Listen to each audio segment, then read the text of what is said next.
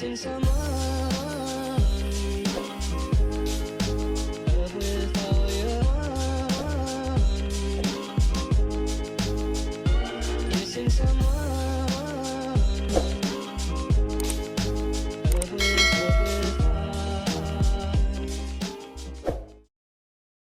What's up guys, welcome back to my channel. In this week's episode, I'm going to tackle this pretty much like a color correction. She has about a year of regrowth, and I don't know if you guys can tell, but her mids and ends, there's a bit of banding. There's some pieces that are a little bit brown and brassy in between her highlights, and you can see that she went to a few different people to get her roots touched up because they're bands that she had retouched her roots. It shows slightly different highlights. Like the last time she did her hair, the highlights were nice and bright, and then right below it you can see that warm band, and then throughout the bottom too, the blonde looks a little bit darker than everything else. So my client showed me a picture of something that was very blonde and looked pretty much solid, even though it's weaved. So since her regrowth is so long and she has a few different bands in there, I opted to do back-to-back slices on this underneath to get it as light as possible. And here I am using Blonde Me Schwarzkopf lightener, and I mixed up a bowl of 6 and 20, and then I have a bowl of conditioner handy so that I can apply it to her previous blonde to prevent any type of breakage, because my client here, her hair texture is on the finer side, and I want to be extra careful since we are going from her virgin dark level 3 to pretty much a level 9 and 10 all over. And for her color application, I am just slicing all the way up to her occipital, and then once I get to that top part of her head above the occipital where she starts to part her hair, I'm going to be leaving some negative space in between my slices, but everything below the occipital I am just taking slices back to back, and literally you can see here I'm picking out the pieces and trying my best to fix any of the banding that she has from her previous highlights. So the foil placement for this is pretty similar to as if I were going to do like a platinum card going back to back up the head. I chose to do it this way because she has so much banding on the underneath, and doing very thin slices back to back all over on the underneath, I can really pick out some of the previous color that didn't get lightened all the way and fix some of the bands that's happening in her hair. And again, so the reason why I'm slicing instead of weaving is because I want to get as much color as possible here. So through slices, I'm able to achieve something a bit more on the solid side. And then it's also a little bit faster as I correct her hair as well, because right now I want to work on getting her ends to be one solid color because there are so many bands and dimension with throughout. So I'm going to work on doing this solid transition first while keeping her roots blended on the very top, and then once we're pretty much at our goal, then I'll consider doing more dimension throughout. But until we get there, it's going to be a lot easier for me to do back-to-back solid slices on the underneath, and then slowly as she comes in, I'll be able to keep doing this and retouch some of the warmth and banding that's happening on her ends and finally get it to where we want it to be. But this process is going to be like gradual. It'll happen throughout a few sessions just because I want to keep her hair as healthy as possible. Like I said, her hair texture is on the finer side, and I have to be super careful when doing this because I don't want her hair to have any type of breakage. So taking these very paper thin slices and then applying some sort of barrier like conditioner where her previous blonde is going to create a barrier to that if like some of the lightener starts to expand, since we are going so light, that conditioner is going to act as a buffer and prevent any type of the lightener like processing on top of her previous blonde. So as I'm getting towards the top here, I started to use some 20 volume, and I'm just slicing her head as well. As I get closer towards the top, I'm going to be leaving some dimension just to give her a bit of a blend, because if I don't give her some dimension throughout the top, then she might feel like her roots are a lot lighter than the bottom since there's already dimension throughout the mids and ends. Another reason why I chose to slice everything was so that the next time when she comes in too, it's going to be very easy for me to pick up the dark, because I literally just have to slice and find my dimension that I left out this time. Oftentimes when I weave fine hair, it can be a little bit tricky picking up those weaves perfectly. So I find if the client has a bit finer hair, it's a lot easier to pick up all of the dark that I left out last time by slicing the hair. And so to me, I feel like this is going to be a little bit quicker when I retouch her next time, and it also preserves the health of her hair. So again, as I do this front section, everything below pretty much her temples, I am doing back-to-back slices to get it nice and bright and even, and again, just picking out any pieces that I see that need to be fully relightened like the rest, and then painting on that conditioner on the blonde as a barrier. And so I'm going to keep this up all the way to her temples, and as I do her money piece area, I'm going to keep that nice and bright, and then everything else on the very top section of her head will have some dimension throughout.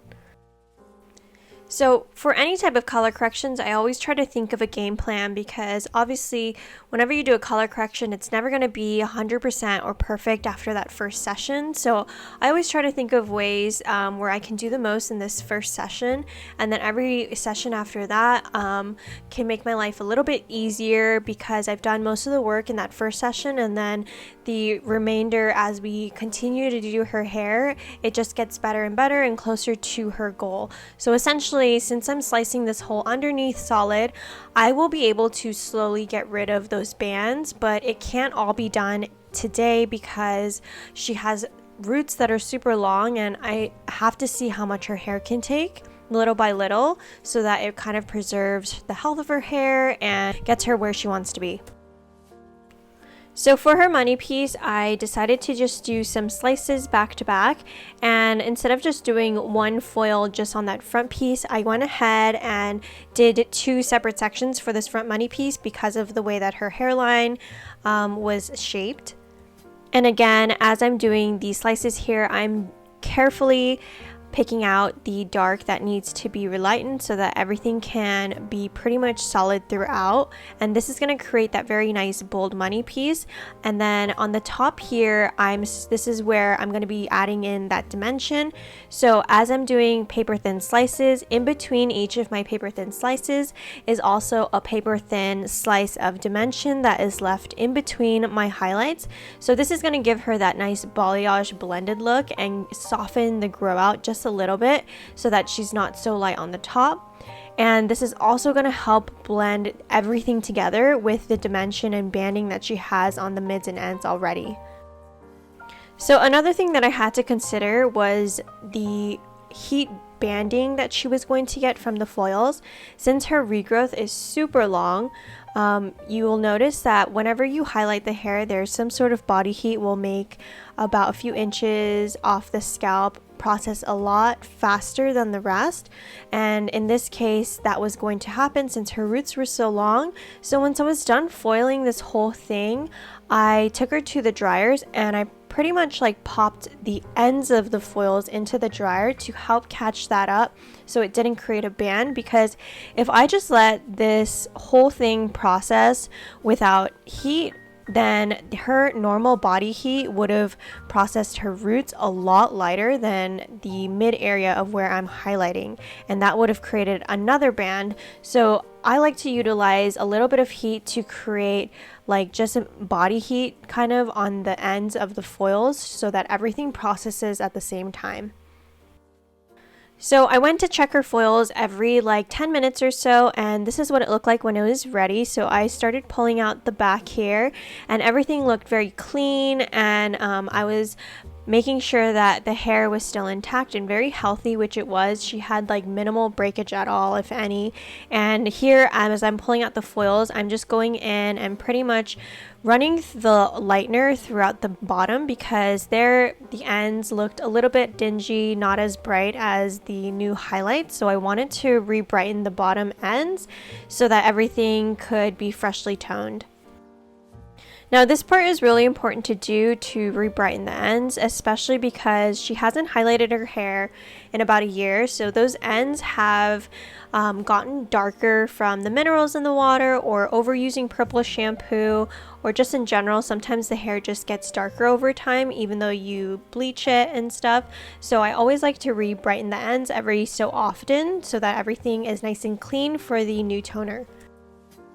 And this part, I wasn't looking to lighten the ends too light. I just wanted to get rid of any type of product buildup and just kind of brighten the ends a little bit so that it matched the roots. So for my toners, I'm going to be using the Pulp Bright Liquid Demis, and for her root shade, I'm going to mix up 8-1 with 6-1, which is going to make pretty much a 7-1, which is a level 7 ash. And this is just so that it kind of blends the root down and like blurs out the line of the highlights at the root. And then for the lighter silver tone that we're going to be putting on the mids and ends, I'm going to be using the Pulp Bright Rapid toners, and I went ahead and picked out some silver and violet. This is probably one of my favorite colors that Pulp Bright has, but to this formula I'm going to add in a bit of Moonstone, which is a very light silvery purple, and this is just going to dilute this whole formulation and make it very silvery white. So I first began by applying the 7-1 that I created with the liquid demis first, and I begin applying that in the back and then work my way towards the front, taking pretty much like vertical sections. And then after this, I'm going to be applying the Moonstone Rapid Toner with violet and silver formulation on the mids, and then just kind of smudge that through, blend it in with the root shade. She didn't want a root shade that was too long, so I just pretty much baby tapped the root of everything so that everything can stay nice and bright.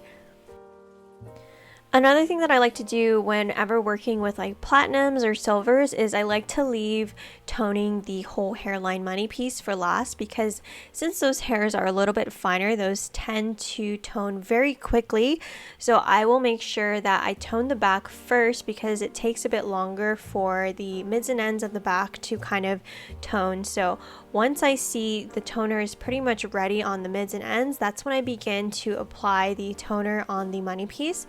So here I'm just going in with the liquid demi formulation, and again just like doing a very small baby root tap with the darker root shade just to blend the highlights so that they don't look like harsh lines at the root. A pro tip when using the rapid toners is sometimes the rapid toners, even though I mix it with 6 volume, sometimes I do feel like it can bump the base, which is like the natural in between the highlights a little bit. So to kind of prevent that, I like to mix up the whole formula and just like kind of let it sit, let it air out, and kind of lose its strength from lifting the hair at all. That way when I apply it to the hair, it just fully deposits, and I find that airing it out and letting the toner process for a little bit in the bowl before applying it to the hair kind of prevents it from lifting any of the virgin hair in between the highlights.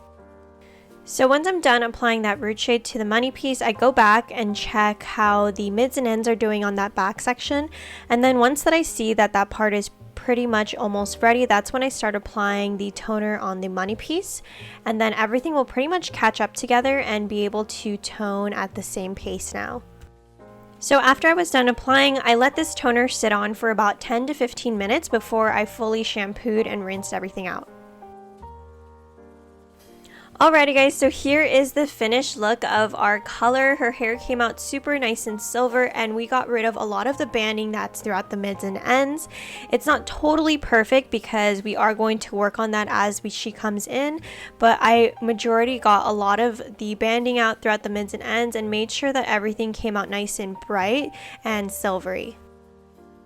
So as this toner washes out, she'll start to transition into an ash blonde, and she can maintain the color of that with some purple shampoo at home.